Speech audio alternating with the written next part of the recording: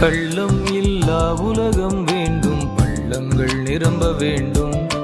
கள்ளம் இல்லா உலகம் வேண்டும், பள்ளங்கள் நிரம்ப வேண்டும். பிள்ளை மனம் வேண்டும், அதில் முல்லை மனம் வேண்டும்.